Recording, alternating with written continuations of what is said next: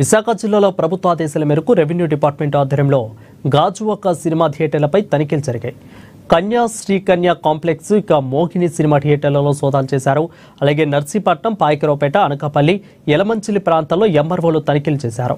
తినుబండారాలు అధిక ధరలకు విక్రయిస్తున్నారన్న ఆరోపణలతో సోదాలు చేశామని ఆర్టీఓ లేఖ అన్నారు.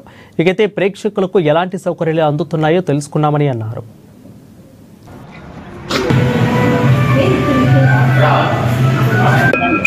No complaints as such.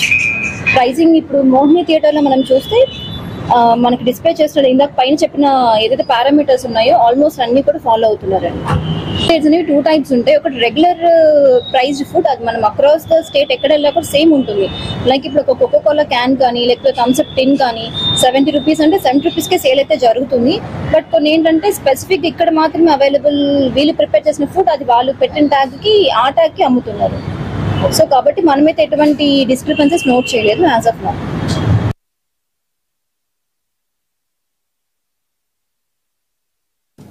సమాజమే దేవాలయం, ప్రజలే దేవుళ్ళన్న గొప్ప వ్యక్తి ఉమ్మడి ఏపీ మాజీ సీఎం